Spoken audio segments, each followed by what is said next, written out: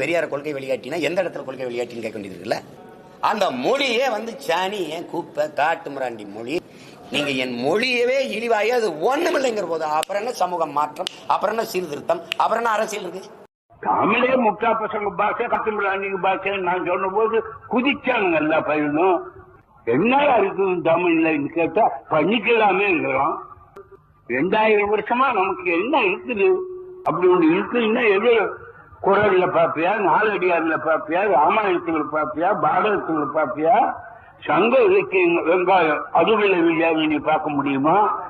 பழுவனியை எடுத்துக்கிட்டானா பாப்பானோட அண்ணாவன் தொல்காப்பியத்தை எடுத்துக்கோ, நன்னூல எடுத்துக்கோ, நெடுங்கணக்கு வெங்காய கணக்கு எடுத்துக்கோ. முட்டா பசங்க தானே நம்ம பெரியவங்க, காட்டு மிராண்டிகள் தானே நம்ம பெரியவங்க. அன்னைக்கு எவனுக்கு அறிவு இருந்தது? எவனுக்கு 2000 வருஷத்துக்கு முன்ன அறிவு இருந்திருக்க முடியும்? அவனுக்கு அறிவு வர நியாயம் இல்லை.